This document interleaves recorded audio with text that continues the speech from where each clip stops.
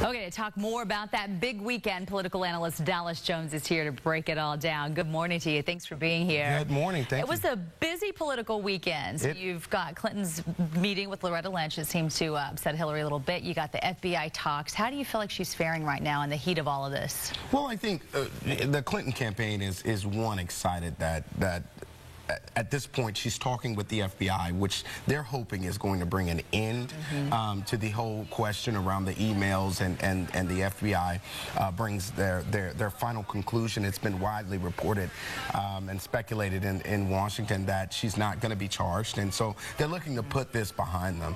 Now that those FBI interviews are over, you mentioned she's hoping that it will be.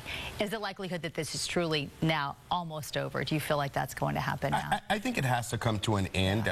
You know, the Justice Department, for what it's worth, is still they still report to someone, and I'm sure the president would like to see this done before the major party elections, conventions rather, that are taking place. And so it has to draw to an end at some point.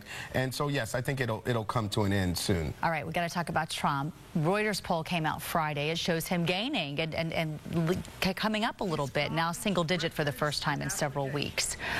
So still 9% behind in that particular poll. How do you feel like his campaign is doing right now? Do you feel like we might see some style changes coming just to try to help out and fix those numbers even more? Well, he's definitely trying to change his style. They've been putting a teleprompter in front of him more, and he's been trying to use it more. It still doesn't come as very natural. I think he'll definitely get some bump as we approach the convention in the next 2 weeks. I think he'll get some bumps in the poll as the vice president search lingers on, and so that's to be expected. And so we will see the polls fluctuate here and there, but overall across the electoral map, it's important to pay attention what's happening state by state, because as we all know, national polls are good, but the electoral college is what really matters when it comes to electing the next president. Sure, and it's important for people to realize that.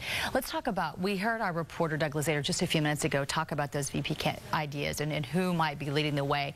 His thought was, and the experts he's talking to, is that Newt Gingrich might be at the top of the list. How do you feel about that? Do you feel like he might bring in more people for Trump? I think Newt Gingrich would definitely help with the establishment Republicans. He's been around Capitol Hill. He was Speaker of the House. He's been in Washington and in traditional Republican circles for years, and so he would definitely help with that. The other part of that is that Newt Gingrich has some really high negatives of his own. He's been known to make some verbal missteps of his own. He's gone through a couple of divorces and marriages of his own, and so I think when you frame that in terms of putting it side by side with Donald Trump, that's going to be a real issue.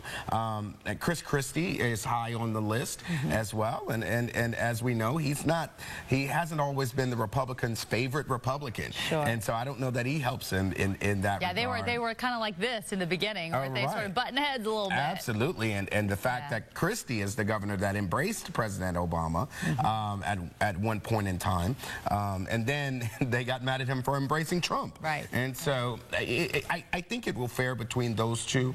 I think Governor Pence has a good opportunity as well, but he didn't get a lot of traction around his freedom to marry law. Okay, Dallas Jones, thanks for being here. Good to see you as always. Thank you. We'll have so much more to talk about in the coming months. Absolutely. Hope to see you soon.